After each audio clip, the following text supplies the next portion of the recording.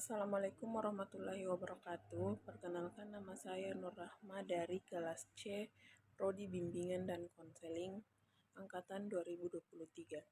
Baik, saya akan membacakan materi tentang pengertian bahasa dan emosi. Perkembangan bahasa adalah proses di mana seseorang memperoleh, memahami, dan menggunakan bahasa untuk berkomunikasi. Ini mencakup kemampuan mendengar, berbicara, membaca, dan menulis. Sementara itu, emosi merujuk pada keadaan mental atau perasaan yang muncul sebagai proses terhadap suatu situasi atau stimulus. Emosi dapat meliputi perasaan seperti sukacita, sedih, marah, takut, dan banyak lainnya. Berikut perkembangan menurut beberapa ahli. 1. Jan Piaget. Piaget mengemukakan bahwa perkembangan bahasa berkaitan erat dengan tahap-tahap kognitif dalam perkembangan anak. Misalnya pada tahap operasi konkret, anak mampu memahami konsep abstrak dan kompleks sehingga kemampuannya dalam menggunakan bahasa pun semakin berkembang. Kedua, Lev Vygotsky. Vygotsky menekankan pentingnya lingkungan sosial dalam perkembangan bahasa anak. Menurutnya, interaksi dengan seorang dewasa atau teman sebaya memiliki peran besar dalam pembelajaran bahasa. Ketiga, Noam Chomsky. Chomsky mengajukan teori kegeneratifan transformal yang menyatakan bahwa manusia memiliki struktur bawaan untuk memahami dan menghasilkan bahasa yang disebut gramatika universal. Selanjutnya, perkembangan emosi menurut beberapa para ahli. 1. Erik Erikson.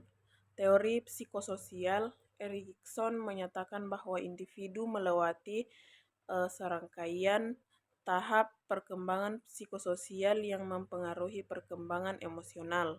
Contohnya tahap trust vs mistrust.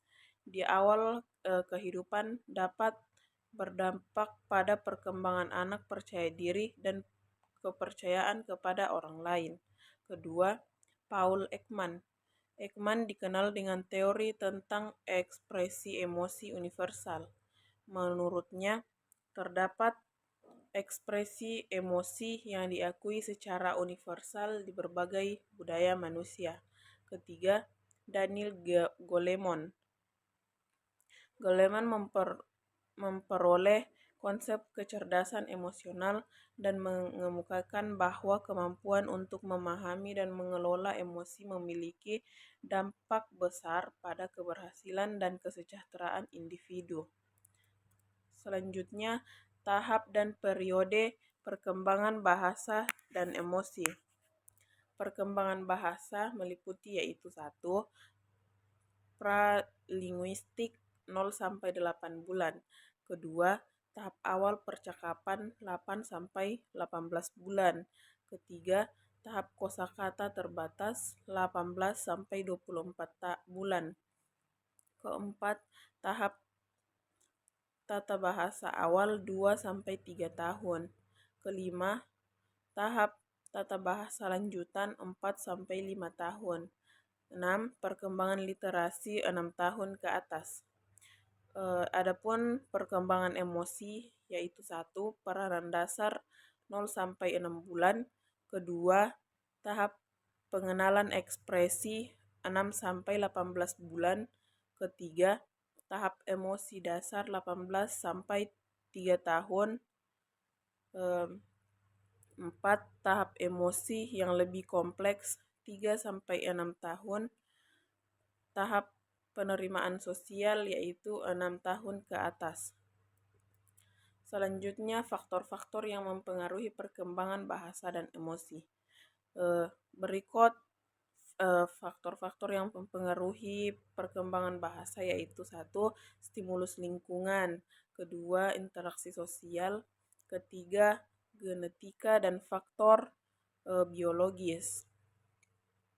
Keempat, faktor kognitif. Kelima, tingkat edukasi orang tua. Adapun faktor-faktor yang mempengaruhi perkembangan emosi yaitu 1. Hubungan dengan orang tua dan pengasuh. Kedua, pengalaman traumatik atau stresor. Ketiga, model peran emosional. 4. Kemampuan untuk mengungkapkan diri. Kelima, pendidikan emosional. Melanjutkan materi perkembangan kognitif. Yang pertama, definisi perkembangan dan pertumbuhan. Definisi pertumbuhan growth sebenarnya merupakan istilah yang lazim digunakan dalam biologi, sehingga pengertiannya lebih bersifat biologis. Chaplin 2002 mengartikan pertumbuhan sebagai satu pertambahan atau kenaikan dalam ukuran dari bagian-bagian tubuh atau dari organisme sebagai suatu keseluruhan. Menurut A.E. Sinolungan 1997, pertumbuhan menunjuk pada perubahan kuantitatif yaitu yang dapat dihitung atau diukur, seperti panjang atau berat tubuh. Sedangkan Ahmad Tonhowi 1993 mengartikan pertumbuhan sebagai perubahan jasad yang meningkat dalam ukuran atau size sebagai akibat dari adanya perbanyak multiplication sel-sel.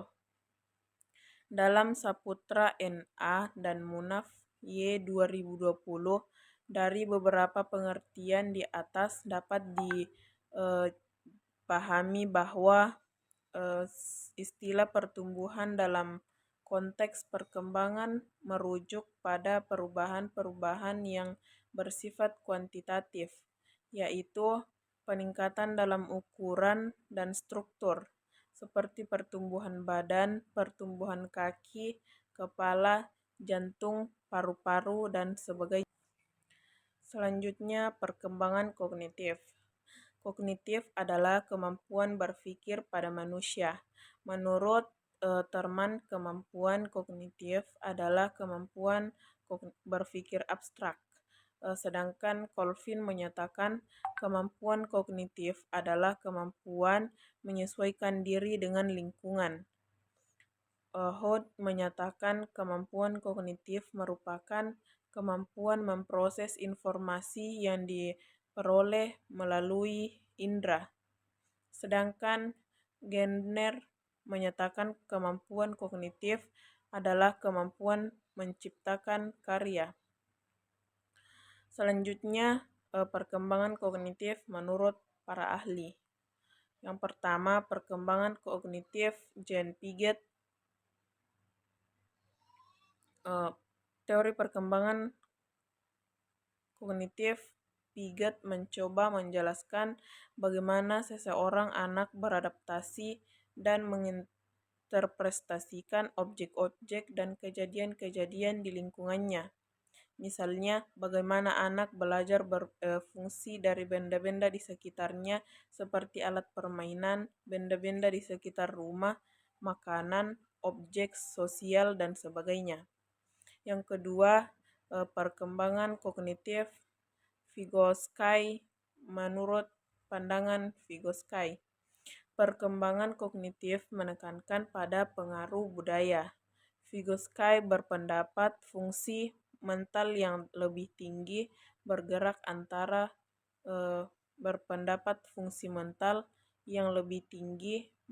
antara interpsikologi melalui interaksi sosial, intrapsikologi dalam benaknya.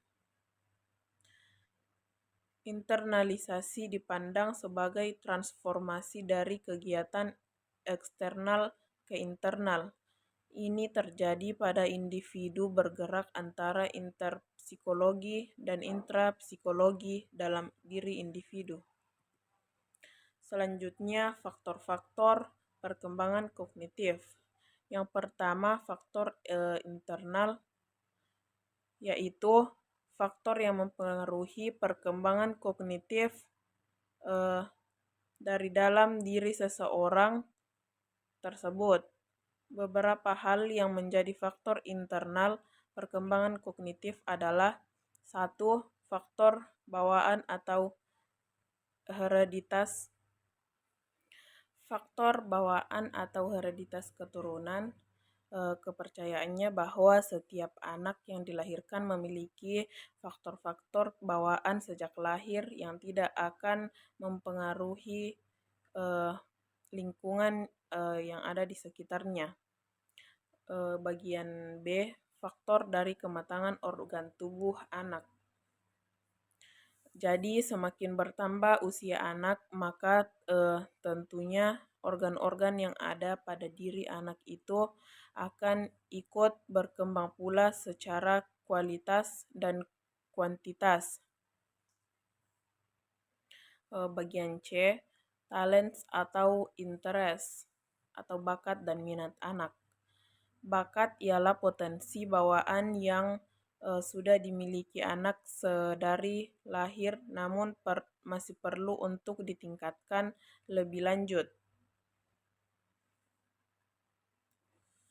Aspek ini merupakan salah satu faktor kognitif seorang anak dapat terbentuk, yaitu bagaimana anak tersebut memilih jalan yang ia tempuh untuk memperkuat potensi berpikir yang kritis. Yang kedua, faktor eksternal.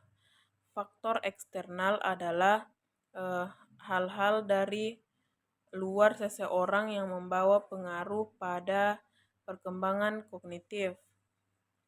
Berikut merupakan beberapa hal yang menjadi faktor eksternal perkembangan kognitif.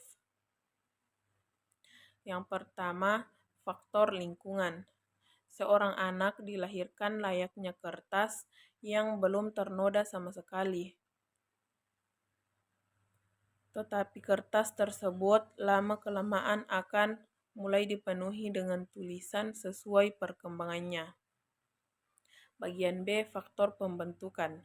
Faktor pembentukan ini merupakan usaha dari luar yang mempengaruhi perkembangan kognitif individu, baik secara sengaja maupun tidak disengaja.